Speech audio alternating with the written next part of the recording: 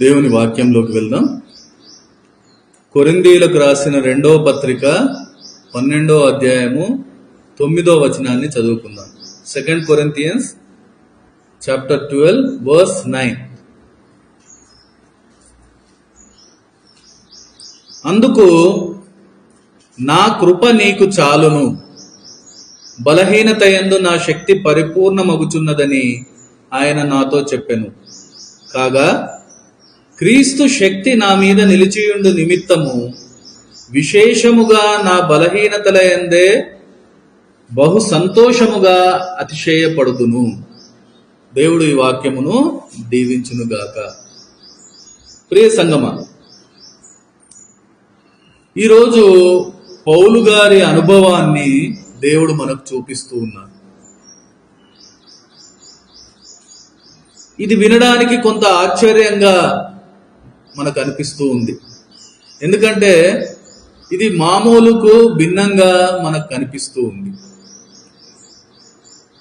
మామూలుగా మన అనుభవం ఎలా ఉంటుందంటే, ఏదైనా బలహీనతలు మన జీవితంలో వచ్చినప్పుడు ఉన్నప్పుడు, అవి శారీరకం కావచ్చు, మానసికం కావచ్చు, ఆర్థికం కావచ్చు, ఆధ్యాత్మికం కావచ్చు, ఏదైనా బలహీనతలు మన జీవితంలో ఉన్నప్పుడు, అవి ఏవైనా ఎందుకైనా, వాటిని బట్టి మనము బాధపడుతూ ఉంటాం. ఆ బాధను దేవునితో చెప్పుకునే వారిగా ఉంటాం, దాని గురించి ప్రార్థన చేసేవారిగా ఉంటాం. ఆ బలహీనతల నుండి దేవుడు బయటపడవేస్తాడనే ఒక ఆశతో మనం ఎదురు చూస్తూ ఉంటాం. ఆ ఆశ తీరిన వేళ సంతోషపడుతూ ఉంటాం. ఆ బలహీనతల నుంచి విడిపింపబడి బలం పొందుకున్న పరిస్థితిని బట్టి ఆ బలాన్ని ఇచ్చిన దేవునికి కృతజ్ఞతలు చెప్పుకుంటూ ఉంటాం. ఇలా ఆ అనుభవాన్ని బట్టి, పొందిన బలాన్ని బట్టి అతిశయిస్తూ ఉంటాం. సాక్ష్యంగా ఇతరులతో పంచుకుంటూ ఉంటాం. ఇది సాధారణంగా ఒక ఆత్మీయ జీవితంలో జరిగే ఒక క్రమం. కానీ ఇక్కడ పౌలు గారి అనుభవాన్ని మనం చూస్తే, ఆయన మాటల్లో మనకేం అర్థమవుతుందంటే, ఆయన నీలా నాలా మనలా బలహీనతల్లో, బాధలో ఆయన ఉన్న పరిస్థితి చూడలేకపోతూ ఉన్నాం. ఆయన బలహీనతల్లో, బాధతో ఆయన కనిపించడం లేదు. పైగా వాటన్నింటిలో ఆయన నేను సంతోషిస్తూ ఉన్నాను అని చెప్పిన పరిస్థితిని మనం చూస్తూ ఉన్నాం. అలాగే అలాంటి పరిస్థితుల్లో తాను ఉండడం బట్టి అతిశయిస్తూ ఉన్నాను అంటూ ఆయన మాట్లాడుతూ ఉన్నారు. అందుకనే ఇది మామూలుకు భిన్నంగా మనకు కనిపిస్తుంది, మనకు వినిపిస్తుంది ఈ మాట. మనం చదివిన మాటల్లో ఇదే మనకు అర్థమవుతుంది. మనం చదువుకున్న వచనంలో 2వ భాగం మనం చూసినట్లయితే, అక్కడ క్రీస్తు శక్తి నా మీద నిలిచియుండు నిమిత్తము విశేషముగా నా బలహీనతల యందే బహు సంతోషముగా అతిశయపడుదును. ఇక్కడ మనం ఏం చూస్తూ ఉన్నాం? ఆయన తన బలహీనతల్లో సంతోషించేవానిగా ఉంటూ ఉన్నారు. ఆయన ఎందుకు తన బలహీనతల్లో సంతోషించేవానిగా ఉన్నారు? ఎందుకు వాటిని బట్టి అతిశయించేవానిగా ఉన్నారు అంటే, వాక్యం సమాధానం ఇస్తూ ఉంది. అదేంటి? క్రీస్తు శక్తి నా మీద నిలిచి ఉండే నిమిత్తం అనే మాటను మనము అర్థం చేయాలి. అంటే తాను బలహీనంగా ఉన్నప్పుడు, తాను ఎవరి మీదనైతే ఆధారపడి ఉన్నారో, తాను ఎవరినైతే నమ్ముకొని ఉన్నారో ఆ దేవుడు తనతో ఉంటారు, తనను తన బలంతో బలపరుస్తారు అన్న ఒక ఆత్మీయ సత్యంను ఆ మాటల్లో మనం చూడగలుగుతూ ఉన్నాం. అందుకే ఆ బలహీనతల్లో సంతోషించే ఒక అనుభవం పౌలు గారి జీవితంలో మనం చూస్తూ ఉన్నాం. అందుకనే ఆయన బలహీనతల్లో బాధపడడం లేదు. ఇక్కడ ఒక భక్తుడు చెప్పిన మాట మనం జ్ఞాపకం చేసుకుందాం.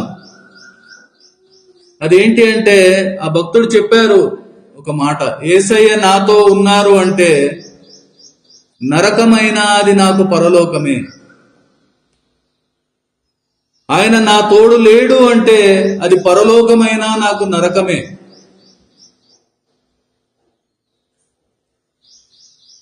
ఈరోజు మనం అటువంటి ఒక ఆత్మీయతను మనము అర్థం చేయవలసిన అవసరం ఉంది. ప్రభు యేసు తోడు మనతో ఉంటే మనకు సంతోషం. అది ఎటువంటి పరిస్థితి అయినా, అది దుఃఖం కావచ్చు, బాధ కావచ్చు, ఇరుకు కావచ్చు, ఇబ్బంది కావచ్చు, అవమానం కావచ్చు, నింద కావచ్చు, చివరికి మరణము కూడా కావచ్చు.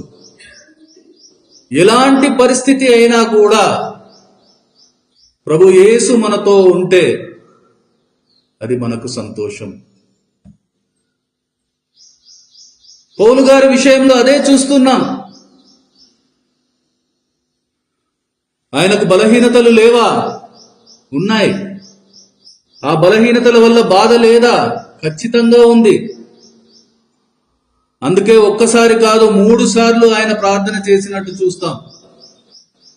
తనలో ఉండే ఆ ముళ్ళును తీసివేయమని తండ్రిని వేడుకున్న పరిస్థితి మనకందరికీ తెలుసు. కానీ ఆ బాధ కంటే, ఆ బలహీనత కంటే దేవుడిచ్చిన వాగ్దానం ఆయనకెంతో సంతోషం. అందుకనే ఆ బాధల్లో కూడా ఆయన సంతోషిస్తూ ఉన్నారు. ఆ బలహీనతను బట్టి ఆయన అతిశయిస్తూ ఉన్నారు. ఈరోజు మన ముందు తన అనుభవాన్ని సాక్ష్యంగా ఉంచి ఉన్నారు. దీనంతటికీ కారణం దేవుడు ఇచ్చిన వాగ్దానం. అది మనం చదువుకున్న వచనంలో మొదటి భాగంలో మనకు కనబడుతూ ఉంది. నా కృప నీకు చాలును, బలహీనత యందు నా శక్తి పరిపూర్ణమగుచున్నది. ఇదే పౌలు గారికి దేవుడిచ్చిన వాగ్దానం. ఒక్క పౌలు గారికే కాదు, ఈరోజు ఈ వాగ్దానం మనందరికీ ఇవ్వబడి ఉన్నది, మనందరికీ అనుగ్రహించబడి ఉన్నది. ఇది అర్థం చేసినప్పుడు మనం మన బలహీనతల యందు బాధపడుతూ నిరాశతో ఉండము. ఈరోజు మనం మన బలహీనతల్లో బాధపడే వారిగా ఉంటూ ఉన్నామంటే, ఈరోజు మన సమస్యల్లో భయపడే వారిగా ఉంటూ ఉన్నామంటే, ఇంకా మనము ఇది అర్థం చేయలేని పరిస్థితుల్లోనే ఉంటూ ఉన్నాం. నిజంగా ఇది అర్థం చేసిన వాళ్ళు ఆ బాధల్లో కూడా నెమ్మదినిచ్చే ఆయన కృపను బట్టి సంతోషించేవారుగా ఉంటారు. ఆ గొప్ప కృపను బట్టి అతిశయిస్తూ ఆయనను ఆరాధించే వారిగా ఉంటారు. ఈరోజు మనం అలాంటి ఆత్మీయతతో ఇక్కడ చేరి ఉన్నామా? ఒకసారి మనము అర్థం చేయవలసిన అవసరం ఉంది. ఇంకా బాధల్లో, ఇంకా సమస్యల్లో బాధపడేవారిగా, బలహీనతలతో బాధపడేవారిగా ఇక్కడ చేరి ఉంటే దేవుడు మనతోనే మాట్లాడుతూ ఉన్నాడు. నా కృప నీకు చాలును, బలహీనత యందు నా శక్తి పరిపూర్ణమగుచున్నది. ఇది అర్థం చేయడానికి ఈరోజు మన మనసులను సిద్ధం చేసుకుందాం. ఎందుకంటే ఆ మనసు మాత్రమే నిజంగా ఆయనను ఆరాధిస్తుంది. సంగమా, మన బలహీనతలనన్నింటినీ బలంగా, సంతోషంగా, అతిశయంగా మార్చగలిగే దేవుని కృపను మనం పొంది ఉన్నాం. ఆ గొప్ప వాగ్దానం ఈరోజు మనకు అనుగ్రహించబడి ఉంది. నా కృప నీకు చాలును. ఇదే దేవుడు ఈరోజు మనతో మాట్లాడుతూ ఉన్నారు. దేవునికి స్తోత్రం, హల్లెలూయా. దాన్ని బట్టి మనం ఈరోజు ఆయనను స్తుతించవలసిన వారమై ఉన్నాం, ఆరాధించవలసిన వారమై ఉన్నాం. ఎంతో సంతోషం. ఈ మాటలు మన ముందు ఉంచబడి ఉన్నవి. ఈ వాగ్దానం మనకందరికీ అనుగ్రహించబడి ఉన్నది. ఎంతో సంతోషం. కానీ ఒక్కసారి మనము ఆత్మ పరిశీలన చేసుకుందాం. నిజంగా ఈ వాగ్దానం మనం అర్థం చేశామా? నిజంగా దేవుని కృపను మనము అనుభవిస్తూ ఉన్నామా? నిజంగా ఆ సంతోషాన్ని మన జీవితాల్లో చూపించగలుగుతూ ఉన్నామా? లేదా ఇంకా బాధతోనే ఆ వాగ్దానానికి దూరంగా భారంగా ఉంటున్నామా? ఇది ఎవరికో మనం సమాధానం చెప్పవలసిన అవసరం లేదు. మన అంతరాత్మకు మనమే సమాధానం చెప్పాలి. ఎందుకంటే ఈరోజు ఈ మాటలు వింటున్న నిన్ను, నన్ను, మనందరినీ మన అంతరాత్మ ప్రశ్నిస్తూ ఉంది.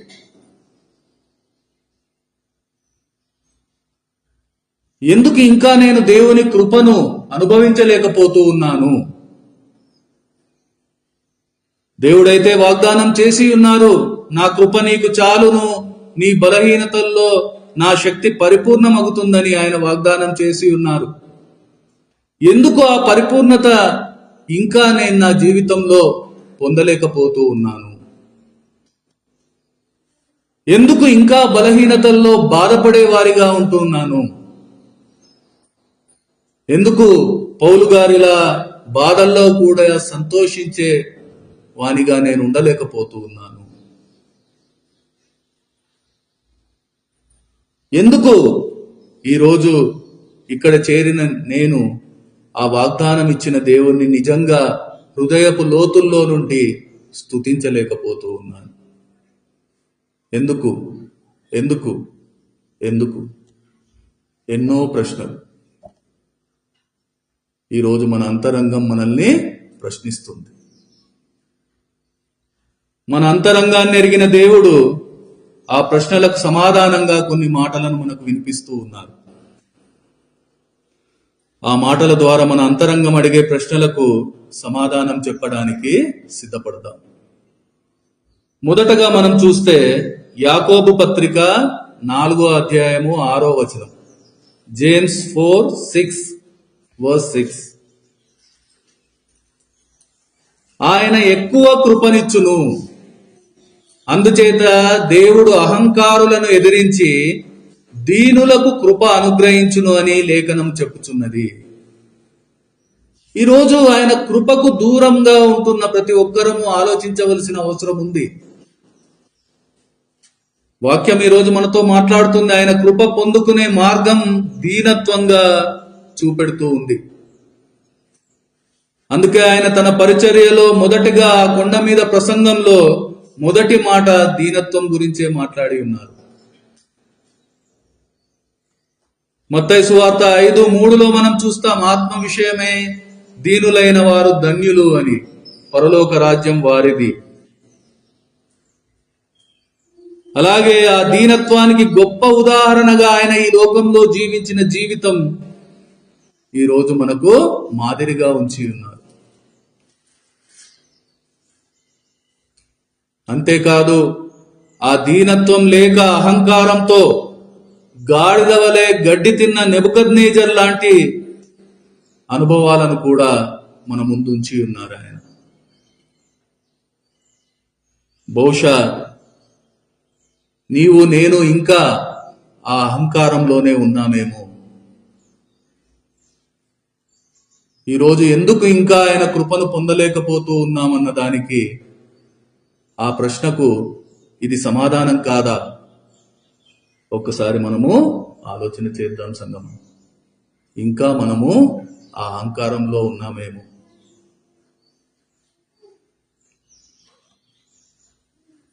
అలాగే కీర్తనలు 32:10, Psalm 32:10,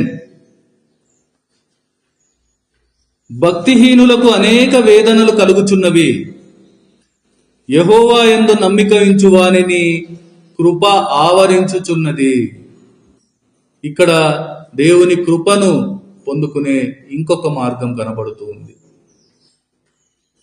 దేవుని యందు పూర్తి నమ్మకము, విశ్వాసము, ప్రతి శోధనను పరీక్షను జయించే విశ్వాసము, ఆయన కృపను సొంతం చేసుకునేదిగా వాక్యం చూపెడుతూ ఉంది.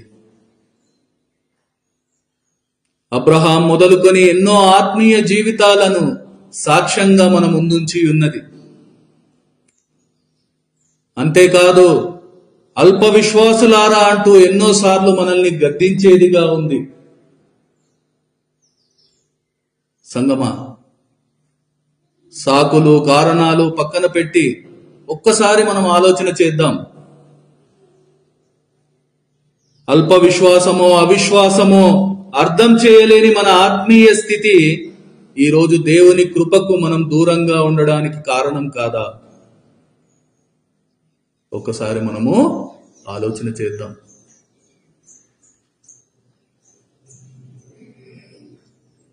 అలాగే ద్వితీయోపదేశ కాండం 7వ అధ్యాయం 9వ వచనం, డ్యూట్రానమీ 7:9. కాబట్టి నీ దేవుడైన యెహోవా తానే దేవుడనియో తన్ను ప్రేమించి తన ఆజ్ఞలను అనుసరించి నడుచుకుని వారికి తన నిబంధనను స్థిరపరచువాడును, 1000 తరముల వరకు కృపచూపువాడును, నమ్మదగిన దేవుడుననియో తన్ను ద్వేషించు వారిలో ప్రతి వానిని బహిరంగంగా నశింపచేయుటకు వానికి దండన విధించువాడనియో నీవు తెలుసుకొనవలెను. ఇక్కడ మనం చూస్తూ ఉన్నాం, దేవుని ఆజ్ఞానుసారం నడిచే జీవితం 1000 తరముల వరకు కృపను అనుభవించే పరిస్థితిని వాక్యం చూపెడుతూ ఉంది. దేవుని హృదయానుసారుడైన దావీదును ప్రభు యేసు రమ్మని వెంబడించమని పిలిచినప్పుడు అన్నీ వదిలివేసి వచ్చిన అపోస్తులుల అందరినీ గుర్తు చేస్తూ వారు పొందిన ధన్యతను మనము ఈరోజు జ్ఞాపకం చేసుకోవాల్సిన అవసరం ఉంది. అంతేకాదు ఈరోజు ఆ కృపకు దూరమవుతున్న మనస్థితిని కూడా మనం అర్థం చేయవలసిన అవసరం ఉంది. ఎన్నిసార్లు చెప్పినా వినకుండా,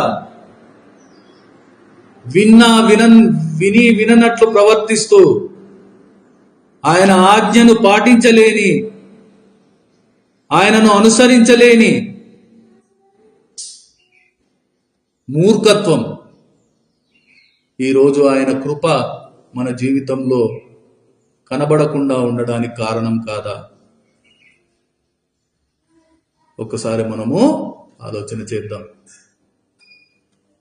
ఇంకా మనం చూస్తే అపోస్తుల కార్యములు 14:3, యాక్ట్స్ 14:3. కాబట్టి వారు ప్రభువును ఆనుకొని ధైర్యముగా మాటలాడుచు అక్కడ బహుకాలము గడిపిరి. ప్రభువు వారి చేత సూచక క్రియలను అద్భుతములను చేయించి తన కృపావాక్యమునకు సాక్ష్యం ఇప్పించుచుండెను. ఇక్కడ మనం చూస్తూ ఉన్నాం ఆ కృప పొందిన వారి పరిస్థితి. దేవుని వాక్యము, ఆయన మాట విని ఆ వాక్యంతో సంబంధము సహవాసము కలిగి ఉండడం ద్వారా ధైర్యంతో ఈ లోకంలో ఆయనకు సాక్షులుగా జీవించి ఆయన కృపను అనుభవించిన జీవితాలు ఎన్నో మన ముందర ఆయన ఉంచి ఉన్నారు. ఆ రోజు నుంచి ఈ రోజు వరకు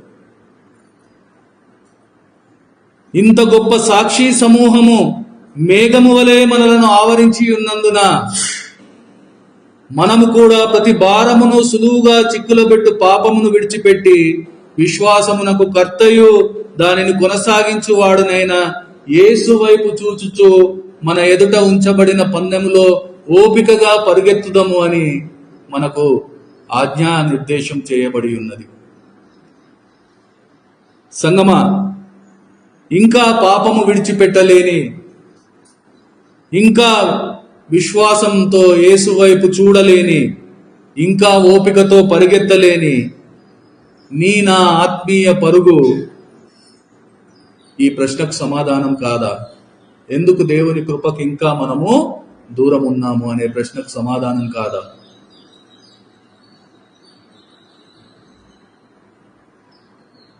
ఇంకా మనం చూస్తే కీర్తనలు 86:5, సామ్ 86:5, ప్రభువా నీవు దయాళుడవు, క్షమించుటకు సిద్ధమైన మనస్సు గలవాడవు, నీకు మొరపెట్టు వారందరి ఎడల కృపాతిశయము గలవాడవు. ప్రార్థన ద్వారా కృపను సొంతం చేసుకున్న ఎన్నో ప్రార్థనా పరుల జీవితాలను మనం చూసి ఉన్నాం. దానియేలు, ఎస్తేరు, హిజ్కియా, ఇలా అనేకులు దేవుని వాక్యం గుర్తు చేస్తూ ఉంది ఈరోజు మనకు. ప్రార్థన ద్వారా ఆ కృపను వాళ్ళు పొందుకొని ఉన్నారు. ఒక్కసారి ఆలోచన చేద్దాం సంగమా. ఈరోజు మన వాస్తవ స్థితిని ఆయన ముందు ఉంచలేని, యథార్థత కనిపించని మన ఆచార ప్రార్థన జీవితం ఆయన కృపకు నన్ను దూరంగా ఉంచుతుందేమో ఒక్కసారి మనము ఆలోచన చేద్దాం. ఈరోజు వాస్తవంగా యథార్థంగా ప్రార్థించలేని మన ప్రార్థనా జీవితం ఆ కృపకు మనల్ని దూరం చేస్తుందా? ఒక్కసారి మనము ఆలోచన చేద్దాం సంగమా. అలాగే మరొక విషయం, కీర్తనలు 103:11, Psalm 103:11, భూమి కంటే ఆకాశం ఎంత ఉన్నతముగా ఉన్నదో ఆయన యందు భయభక్తులు గల వారి ఎడల ఆయన కృప అంత అధికముగా ఉన్నది. దేవుని యందు భయభక్తులు కలిగి ఉండడం, ఎంత భయభక్తులు కలిగి ఉంటారో అంతగా ఆయన కృపను పొందే మార్గాన్ని వాక్యము కీర్తనాకారుని అనుభవాన్ని చూపిస్తూ మనతో మాట్లాడుతూ ఉంది. భయం లేని మన భక్తిని గుర్తు చేస్తూ ఉంది. భక్తిగా చూపించే మన వేషధారణను జ్ఞాపకం చేస్తూ ఉంది. ఇవన్నీ జ్ఞాపకం చేస్తూ ఉండగా, ఎందుకంటే మర్చిపోతున్నామేమో, ఒక్కసారి మనం జ్ఞాపకం చేసుకుందాం ఆయన కృపను అందుకోలేని మన భక్తిహీనతను, మన వేషధారణను. ఒక్కసారి జ్ఞాపకం చేసుకుందాం. ఎందుకంటే అదే ఆయన కృప నుంచి మనల్ని దూరం చేస్తుంది. చివరగా రోమీలకు రాసిన పత్రిక 1వ అధ్యాయము 2-3 వచనాలు, Romans 1:2 and 3 verses. దేవుని సువార్త నిమిత్తము ప్రత్యేకింపబడిన వాడునైన పౌలు రోమాలో ఉన్న దేవుని ప్రియులకందరికీ, అనగా పరిశుద్ధులుగా ఉండుటకు పిలువబడిన వారికి అందరికీ వ్రాయినది, మన తండ్రి అయిన దేవుని నుండి ప్రభు అయిన యేసు క్రీస్తు నుండి కృపా సమాధానములు మీకు కలుగునుగాక. ఇక్కడ చూస్తూ ఉన్నాం, ఏర్పరచబడిన జీవితం, ప్రత్యేకించబడిన జీవితం, ఆయనను అంగీకరించిన జీవితం, అభిషేకం పొందిన జీవితం, వాళ్ళు పొందిన కృప. దానికి సాక్ష్యంగా ఎన్నో జీవితాలు, వారు పొందిన రక్షణ, స్వాస్థ్యం, కృప, క్షేమములకు మారుగా మన ముందు ఎన్నో సాక్ష్యపు అనుభవాలు. మనమే ఒక సాక్ష్యంగా దేవుడు ఈరోజు మనల్ని నిలబెట్టి ఉన్నారు. సంగమా, ఒక్కసారి ఆలోచన చేద్దాం.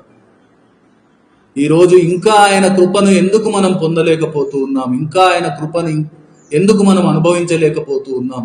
ఇంకా ఎందుకు మనము పౌలు గారిలా బాధల్లో కూడా సంతోషించలేకపోతూ ఉన్నాం? బలహీనతలను బట్టి అతిశయించలేకపోతూ ఉన్నాం? పిలువబడిన పిలుపుకు అనుగుణంగా జీవించలేని మన జీవితం కారణం కాదా? ఈ లోకంలో ప్రత్యేకంగా ప్రతిష్ఠితమైన వారిగా ఉండలేని మన జీవితం కారణం కాదా? ఆయన ఇచ్చిన గొప్ప రక్షణను నిర్లక్ష్య పెట్టే వారిగా, ఆయనకు ప్రియమైన వారిగా ఉండలేని మన ఆచార క్రైస్తవం ఈరోజు కారణం కాదా? ఒక్కసారి ఆలోచన చేద్దాం సంగమా, ఒక్కసారి ఆలోచన చేద్దాం, అర్థం చేద్దాం. ఎందుకు అని ప్రశ్నించే మన అంతరంగానికి సమాధానం చెప్పుకుందాం, సరిచేసుకుందాం. ఆయన పాదాల ఎదుట సాగిలపడి ఆరాధించుకుందాం. ఆరాధన చేసుకుందాం.